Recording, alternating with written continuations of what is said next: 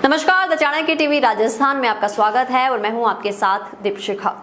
बीकानेर की धरती पर एक बार फिर राजनीतिक गहमागहमी तेज हो गई है। यहां राष्ट्रीय लोकतांत्रिक पार्टी के स्थापना दिवस पर नागौर सांसद हनुमान बेनीवाल ने बीकानेर में महारैली कर जबरदस्त शक्ति प्रदर्शन किया। ये रैली न केवल संगठन की ताकत दिखाने के लिए थी, बल्कि आगामी राजनीतिक समीकरणों की झलक भी दे गई।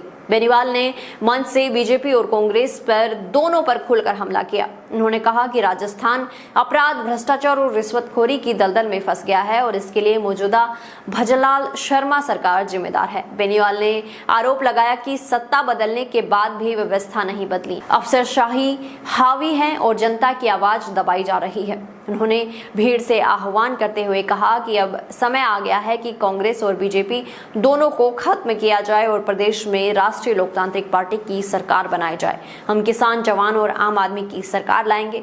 अपने जोशीले अंदाज में बेनीवाल ने कहा कि वो हर मुद्दे पर बोलते हैं, चाहे वो सेना में भर्ती का मामला हो या किसानों का संघर्ष।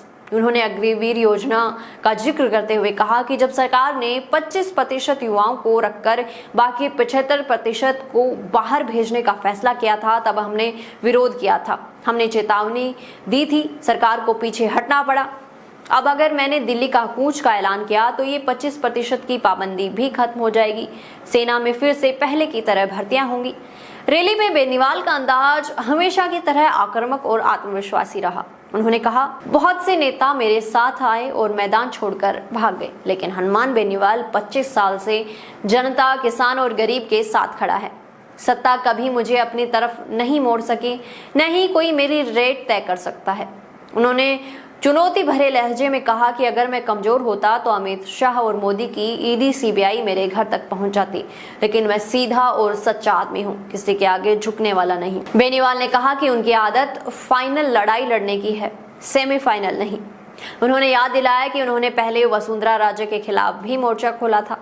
लोगों ने कहा था कि वसुंधरा तुम्हें कुचल देगी, जेल में डाल देगी। मैंने कहा इन्हें 7 समुद्र पार भेज दूंगा, और वही भेज दिया, जहां इनके दोस्त ललित मोदी हैं। अब भजनलाल की बारी है। मेरी आदत है कि लड़ता फाइनल लड़ाई हूँ। वसुंधरा के खिलाफ लड़ा था, तब लोगों ने कहा था हनुमान जी वसुंधरा आपको कुचल देगी, जेल में डाल देगी। मैंने कहा तेजा जी का भक्त हूँ, इसको 7 समंदर पार ललित मोदी के पास भेज दूंगा, और वसुंधरा को 7 समंदर पार उसी जगह भेज दिया जहाँ उनके दोस्त ललित मोदी भाग गए थे यहाँ। ठीक है, और अब भजनलाल की बारी है। उन्होंने मौजूदा सरकार पर निशाना साधते हुए कहा, जब से भजनलाल आए हैं अग्नि देवता नाराज हो गए हैं। अगर ये 2 साल और रहे तो राजस्थान की हालत बिहार और उत्तर प्रदेश से भी खराब हो जाएगी। बेनीवाल ने कांग्रेस शासनकाल के दौरान हुए फोन टैपिंग विवाद को भी उठाया। उन्होंने कहा कि उस वक्त जो अधिकारी इसमें शामिल थे वही अब महत्वपूर्ण पदों पर बैठे हैं। हमने सचिन पायलट को मुख्यमंत्री बनाने के लिए 3 विधायकों के साथ समर्थन दिया था, इस उम्मीद में कि इन भ्रष्ट अधिकारियों पर कार्रवाई होगी, लेकिन आज भी वही अफसर फिर से कुर्सी संभाले बैठे हैं। अंत में बेनीवाल ने जोश से कहा, मेरी लड़ाई ईमानदारी की है, जनता के हक की है। न कोई मुझे खरीद सकता है और न ही कोई दबा सकता है। अब वक्त है राजस्थान को नई दिशा देने का। कांग्रेस और बीजेपी को हटाओ, आरएलपी को लाओ। भीड़ ने नारे लगाए, आरएलपी जिंदाबाद, हनुमान बेनीवाल अमर रहे। बीकानेर की रैली ने एक बार फिर साबित कर दिया कि हनुमान बेनीवाल राजस्थान की राजनीति में अब एक बड़ा फैक्टर है और उनकी फाइनल लड़ाई अभी बाकी है।